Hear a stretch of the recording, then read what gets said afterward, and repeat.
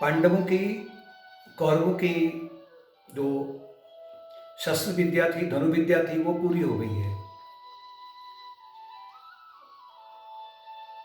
यानी कि एक सीमा तक आगे निकल चुकी है। और जैसे बीच में स्कूल में, कॉलेजेस में कॉम्पिटिशन्स होते हैं, भाई अब तुम्हारा टेस्ट होगा, तो जैसे मंथली टेस्ट है, ईयरली है, एनुअली हो गया, तो उसी प्रकार से गुरु द्रोणाचार्य ने, जो उनके धनुर्विद्या के महान धनुर्धर थे और उनके पास में अत्यंत ऐसी विद्याएं थी कि जो जिनके माध्यम से किसी भी अस्त्र और शस्त्र को महान शक्तिशाली बनाया जा सकता था। तो उन्होंने एक बार कहा कि अब थोड़ा सा प्रतियोगिता एक प्रतियोगिता हो जाए। कौरवों को बुलाया और पांडवों को बुलाया, और उसके बाद में एक वृक्ष में एक लकड़ी का सुंदर सी चिड़िया बना करके उस चिड़िया की आंख को एक जैसे कांच का गोला होता सुंदर सा चमकीला, वो लगा दिया। उसके बाद में कहा कि जो इस चिड़िया की आंख को भेदन कर देगा, तो वो सबसे बड़ा धनुर्धर कहलाएगा। अब एक एक करके बारी आनी थी सबकी। सबसे पहले युधिष्ठिर को बुलाया गया, सबसे बड़े थे। उनसे पूछा, युधिष्ठिर आप क्या देख रहे हैं? धनुष आपने पकड़ लिया है, तीर आपने पकड़ लिया है, पहले मुझे ये बताइए आप क्या देख रहे हैं? तो युधिष्ठिर महाराज ने कहा कि मैं आपको देख रहा हूं, मैं चिड़िया को देख रहा हूं, मैं वृक्ष को देख रहा हूं, मैं टहनी को देख रहा हूं, और जिस टहनी पर वो चिड़िया, मैं उसको भी देख रहा हूं। कहा कि मैं आप सब कुछ देख रहा हूं।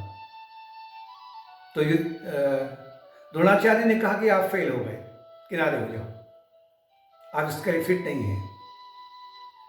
एक एक करके सभी आए।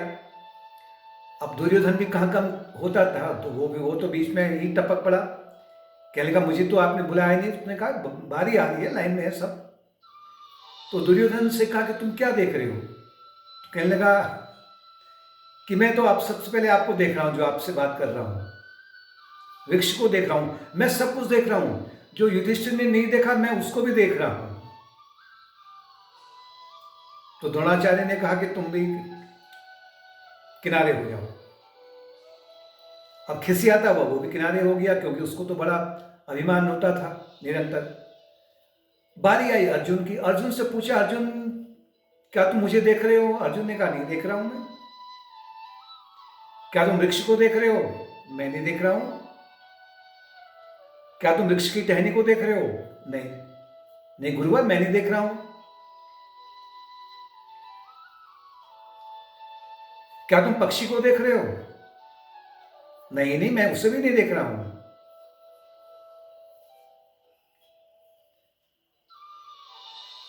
द्रोणाचार्य से कहा अर्जुन ने कि मैं चिड़िया की आंख के अलावा कुछ भी नहीं देख पा रहा हूं।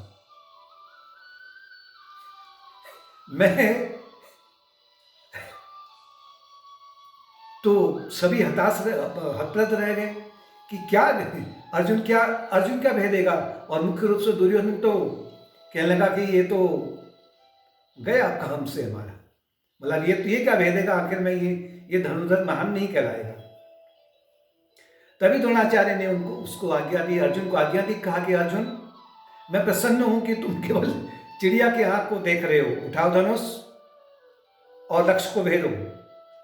तुरंत अर्जुन ने धनुष अपने गांडीव से अपने तीर को छोड़ा और चिड़िया की आंख का भेदन कर दिया। सफल हो गया। इसी प्रकार से इसे कहते हैं कि वन पॉइंटेड कंसंट्रेशन, ध्यान की ओर बढ़ना। जितना आपका जो वन पॉइंटेड कंसंट्रेशन होगा, एकाग्रता जितनी ज्यादा होगी, उतना ज्यादा किसी भी लक्ष्य को भेद पाओगे। अगर भौतिक लक्ष्य भी है तो उसको भी आप उसमें सफलता प्राप्त कर लोगे।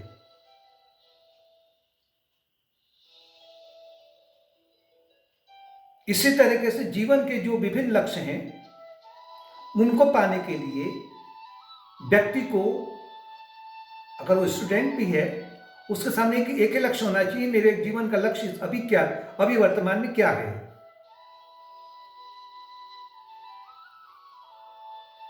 कि मेरे जीवन का जो लक्ष्य है वो केवल चिड़िया की आंख है, अर्थात जो उसने अपने सामने अभी वर्तमान में भौतिक लक्ष्य बना रखा है।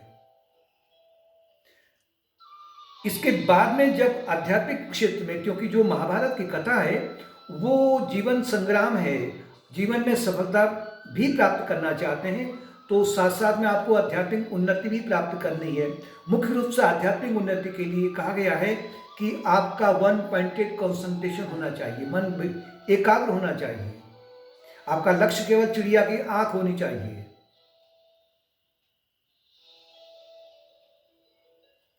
अंत में अर्थात जो जीवन का लक्ष्य है कि आत्म साक्षात्कार,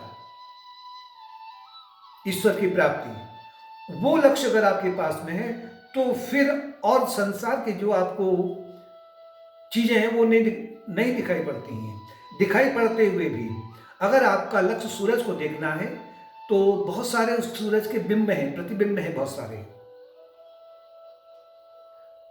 जहां भी आपका लक्ष्य, जहां भी आपकी दृष्टि जाती है, आप केवल उसके माध्यम से सूरज को देख रहे हैं।